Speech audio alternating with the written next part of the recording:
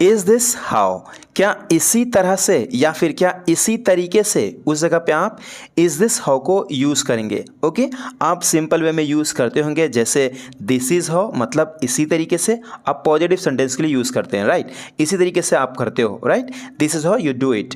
लेकिन यहाँ पे क्या करना है, क्वेश्चंस पूछना है इंट्रोगेटिव में, जैसे कि इज दिस हाउ, क्या इसी तरीके से या फिर क्या ऐसे ही, उस जगह पे आप इज दिस हाउ रखेंगे, उसके बाद आप सेंटेंस को रखते हैं। जैसे क्या आप ऐसे ही सड़क पार करते हैं, is this how you cross the street. Okay, अगला सेंटेंस है, क्या अपना परिचय इस तरह से देते हैं, is this how you introduce yourself.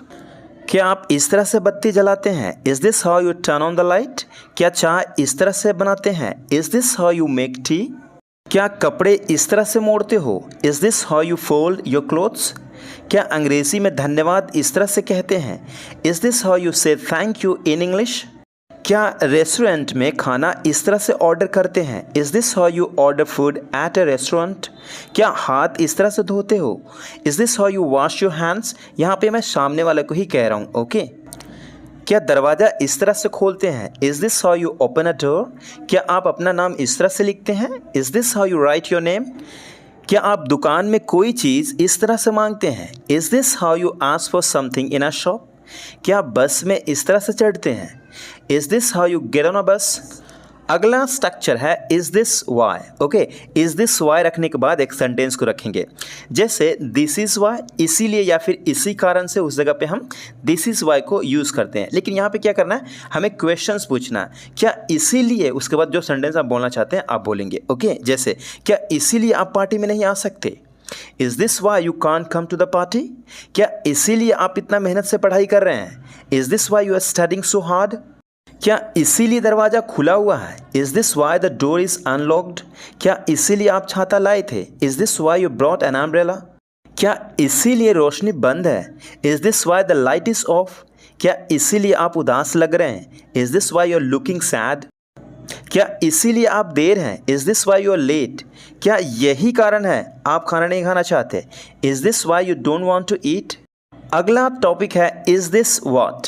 Is this what को हम अगर सिंपल वे में यूज़ करेंगे तो दिस इज़ व्हाट, राइट। कोई मुद्दे की बात होता है तो उस जगह पे हम कहते हैं यही तो मैं आपको बताना चाहता हूँ, this is what I want to tell you, right. लेकिन अगर मुझे कहना है क्वेश्चंस में, जैसे क्या मुझे यही आप बताना चाहते थे, तो उस जगह पे इज दिस व्हाट को यूज़ करेंगे। जैसे क्या आप यही बोलना चाहते थे, is this what you wanted to say. क्या उसने यही कहा, is this what he said. क्या तुम अभी तक यही सोच रहे हो, is this what you are still thinking. क्या तुम्हें यही बताना था, is this what you wanted to say. अगला टॉपिक है इज दिस वेयर। वेयर मतलब होता है कहाँ और जहाँ, राइट। क्वेश्चंस पूछते हैं तो कहाँ, और नहीं पूछते हैं तो जहाँ। जैसे इज दिस वेयर या फिर दिस इज़ वेयर मतलब यहाँ। जैसे मैं यहीं तो रहता हूँ, this is where I live. कई बार कहते हैं ना एकदम, हाँ अच्छा यहीं रहता हूँ, this is where I live. ये वही जगह है जहाँ मैं रहता हूँ, उस सेंस में दिस इज़ वेयर को यूज़ किया जाता है। लेकिन हम क्वेश्चंस पूछेंगे, जैसे आप यहाँ पे पहला एग्जाम्पल देख सकते हैं, क्या यही मैं बस पकड़ सकता हूँ, मतलब ये मैं बात कर रहा हूँ, क्या जगह वही है, क्या ये वही जगह है जहाँ मैं बस पकड़ सकता हूँ। तो आप शॉर्ट में कह सकते हैं, जब चीज़ें अंडरस्टूड होता है तो उस जगह पे हम इज दिस वेयर या फिर this is where simple tense में, यानी सिंपल पॉजिटिव सेंटेंस में दिस इज़ वेयर। अगर क्वेश्चन पूछना चाहते हैं तो इज दिस वेयर को यूज़ करेंगे। Is this where I can get on the bus, मतलब क्या ये वही जगह है या फिर क्या यही है जहाँ मैं बस पकड़ सकता हूँ या फिर मैं बस पकड़ सकता हूँ, ऐसे हिंदी चलता है। ओके, क्या यहीं पर मैं अपना सामान छोड़ दूं, is this where I leave my luggage. क्या मतलब ये वही जगह जहां मैं सामान छोड़ दूं, तो उस जगह पे आप कह सकते हैं is this where I leave my luggage. Okay, bag नहीं luggage, I am so sorry. इसी तरीके से और तो और अगर 600 से प्लस एडवांस इंग्लिश स्ट्रक्चर्स का ई बुक चाहते हैं गाइस, तो इस वीडियो के डिस्क्रिप्शन में लिंक दी गई है, जिसके थ्रू आप उसे डाउनलोड कर सकते हैं। 600 से प्लस सारा का सारा स्ट्रक्चर्स जो स्पोकन से रिलेटेड होता है, सभी स्ट्रक्चर्स उसमें कवर किए गए हैं। अगर आप चाहते हैं तो लिंक डिस्क्रिप्शन में, उसे आप डाउनलोड कर सकते हैं। तो आइए टॉपिक की ओर बढ़ते हैं। क्या यही मुझे ग्रोसरी के लिए पे करना है, मतलब क्या ये वही जगह है जहाँ मुझे पे करना है, is this where I have to pay for my groceries. क्या यहीं पर टिकट बेची जाती है, is this where the movie tickets are sold. क्या मुझे यहीं चेक इन करना है फ़्लाइट के लिए, is this where I have to check in for my flight. क्या मीटिंग यहीं होने वाली है, is this where the meeting is about to take place. क्या यहीं मैं बस टिकट ले सकता हूँ? Is this way I can buy a bus ticket? क्या मैं यहीं से रेंट पर साइकिल ले सकता हूँ? Is this way I can rent a bicycle? अगला टॉपिक है out of spite. Out of spite का मतलब होता है चिढ़ के मारे, गुस्से में या फिर सिर्फ जिद में, उस जगह पे आउट ऑफ स्पाइट को यूज़ करेंगे। जैसे कई बार हम हिंदी में बोलना पड़ता है चिढ़ के मारे या फिर गुस्से में, सिर्फ जिद की वजह से उसने ऐसा किया, उस जगह पे आउट ऑफ स्पाइट को यूज़ करेंगे। जैसे मैंने चिढ़ के मारे फ़ोन नहीं उठाया, I didn't pick up the phone out of spite. Okay, उसने चिढ़ के मारे मुझे डांट दिया, he scolded me out of spite. तुम ये चिढ़ के मारे कर रहे हो, you are doing this out of spite. वो चिढ़ के मारे फ़ोन काट रहा, he is disconnecting the call out of spite. मैंने इसे पार्टी में इनवाइट नहीं किया सिर्फ चिढ़ की वजह से, I didn't invite him to the party out of spite. उसने गुस्से में पूरा केक खा ली, हालांकि उसे भूख नहीं थी। She ate the whole cake out of spite even though she wasn't hungry. उसने चिढ़ से उस नौकरी के लिए भी आवेदन कर बैठा जबकि उसकी कोई दिलचस्प नहीं था। He applied for the same job out of spite whereas he wasn't interested. उसे गलत साबित करने के लिए उसने पूरी रात गुस्से में पढ़ाई की, मतलब चिढ़ के मारे। She studied all night out of spite to prove him wrong. अगला टॉपिक है get failed to plus verb की फर्स्ट फॉर्म। ओके, जैसे मतलब फेल हो जाना, असफल हो जाना, और सेंस के साथ भी यूज़ करेंगे। जैसे मुझसे चाय वाय नहीं बनती, मतलब मैं एक्सपर्ट नहीं हूँ, मतलब मेरे से बनती नहीं है, तो मैं कह सकता हूँ आई गेट फेल्ड, मतलब फेल हो जाता हूँ। टू मेक टी, चाय बनाने के लिए, और समथिंग, और ऐसा कुछ। ओके, और समथिंग मतलब और ऐसा कुछ, चाय वाय, वाय के लिए मतलब और समथिंग। ओके, मुझे इंग्लिश विंग्लिश सीखा नहीं जाता, मतलब कि मैं फेल हो जाता हूँ। I get fail to learn English or something. मुझसे किसी के साथ घंटों तक बात नहीं की जाती। I get fail to talk with anybody for hours. मुझे पढ़ाई वढ़ाई नहीं होती, मुझसे पढ़ाई वढ़ाई नहीं होती। I get fail to study or something. अगला टॉपिक है सपोज टू। सपोज टू को अगर हिंदी से आप देखेंगे तो अंत में वाला है भी आ सकता है, वाली आ सकते हैं, प्लस में ना आ सकता या फिर चाहिए आ सकता, तो ये डिपेंड करता है। ओके, इसमें क्या होता है कि रूल्स को बताता है, जैसे कि ये चीज़ें होना था आपने किया नहीं, या फिर जो चीज़ें फॉलो किया जाना है पहले से ऑलरेडी रूल भी बना हुआ वहाँ पे यूज़ कर सकते हैं, या फिर कोई भी चीज़ एक्सपेक्टेड है, उम्मीद की जाती है, उस जगह पे हम सपोज टू को यूज़ करते हैं। जैसे तुम मुझे आज मिलने वाले थे, मतलब पहले तय था तुम मुझे मिलने वाले थे, तो मैं यहाँ पे कह सकता हूँ you are suppose to meet me today. अगर यहाँ पे मैं सपोज टू हटा दूँ तो भी मैं कह सकता हूँ you are to meet me today, मतलब तुम मुझसे मिलने वाले थे। लेकिन सपोज टू क्या कह रहा है कि ऑलरेडी बात तय था, आप मिलने ही वाले थे। ओके, तो यहाँ पे ये थोड़ा सा एम्फेसाइज कर रहा है, लेकिन ऐसा कुछ नहीं है। सपोज टू को थोड़ा प्रोफेशनली यूज़ करते हैं। अगर आप यहाँ पे अबाउट लगा देंगे तो भी चीज़ें ठीक हो जाएंगी। You are about to meet me today, तो यहाँ पे कहने का अगर चाहो तो हैव टू लगा सकते हो।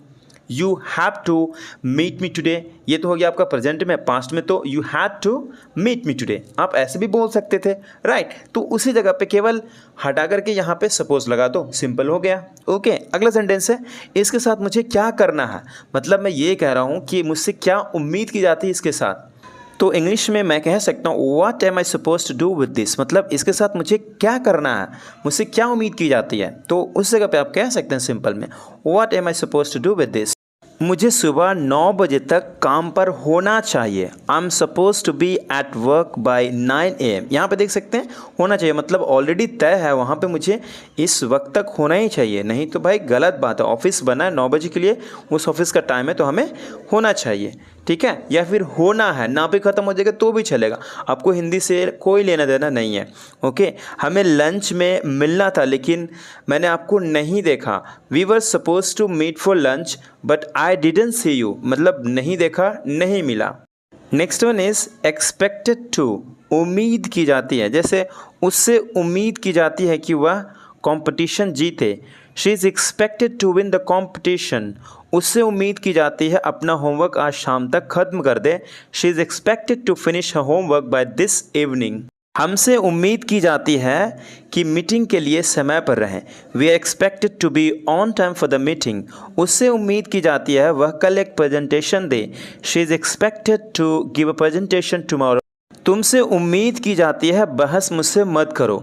You are expected not to argue with me, तुमसे उम्मीद की जाती थी उसके साथ रहो, you are expected to live with him.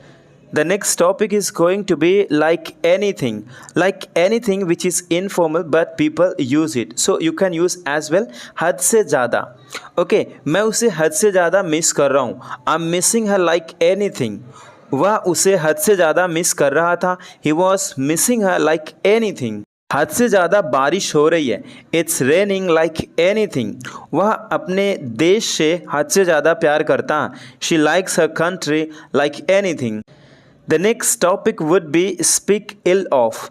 Speak ill of का मतलब होता है किसी की बुराई करना, उस जगह पे हम स्पीक इल ऑफ को यूज़ करेंगे। जैसे तुम्हें कोई हक नहीं है किसी का बुराई करने का, you don't have right to speak ill of someone. Speak को आप चेंज करेंगे, यहाँ पे स्पीक एक वर्ब है, ठीक है।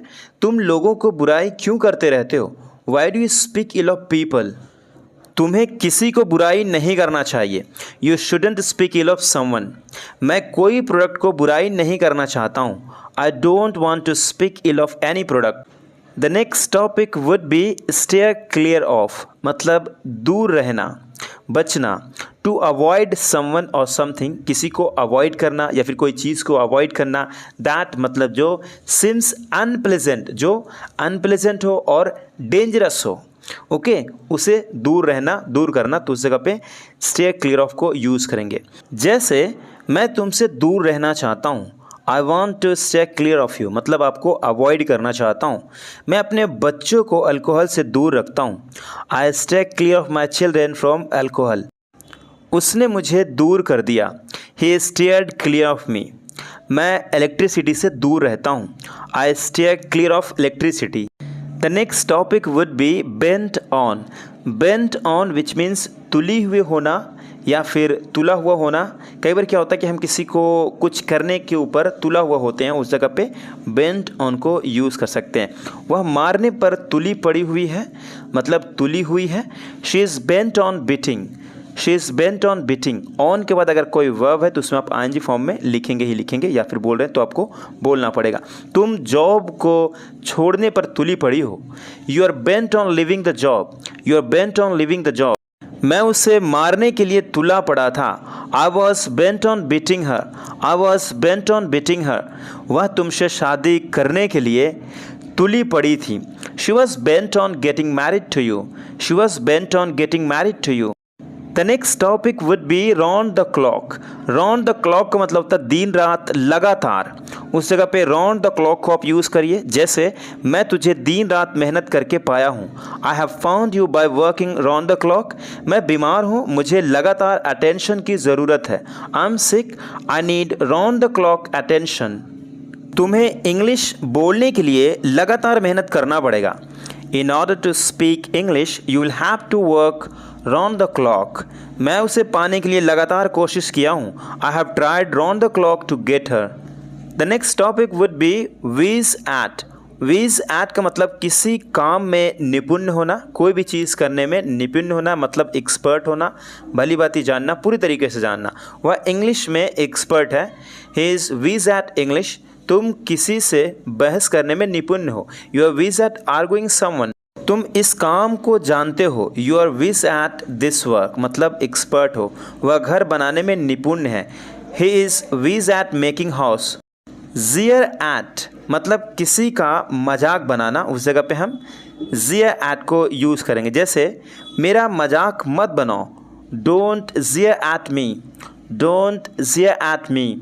तुम्हें किसी का मजाक नहीं बनाना चाहिए, you shouldn't jeer at someone, you shouldn't jeer at anyone. अगर नोट लगाएंगे तो उसके बाद एनीवन लिखना चाहिए, बट स्पोकन में बोल देते हैं लोग, चल जाता है। लेकिन आप नोट लगा ली तो आप उसके बाद नेगेटिव लगाइए, ठीक है। या फिर कह सकते हैं you should jeer at nobody, no one, ऐसे भी कह सकते हैं। वह किसी का मजाक नहीं बनाता है, he doesn't jeer at anyone, he doesn't jeer at anyone. मैं किसी को मजाक क्यों बनाऊंगा, मैं किसी को मजाक क्यों बनाऊंगा। Why do I jeer at someone, why do I jeer at anyone.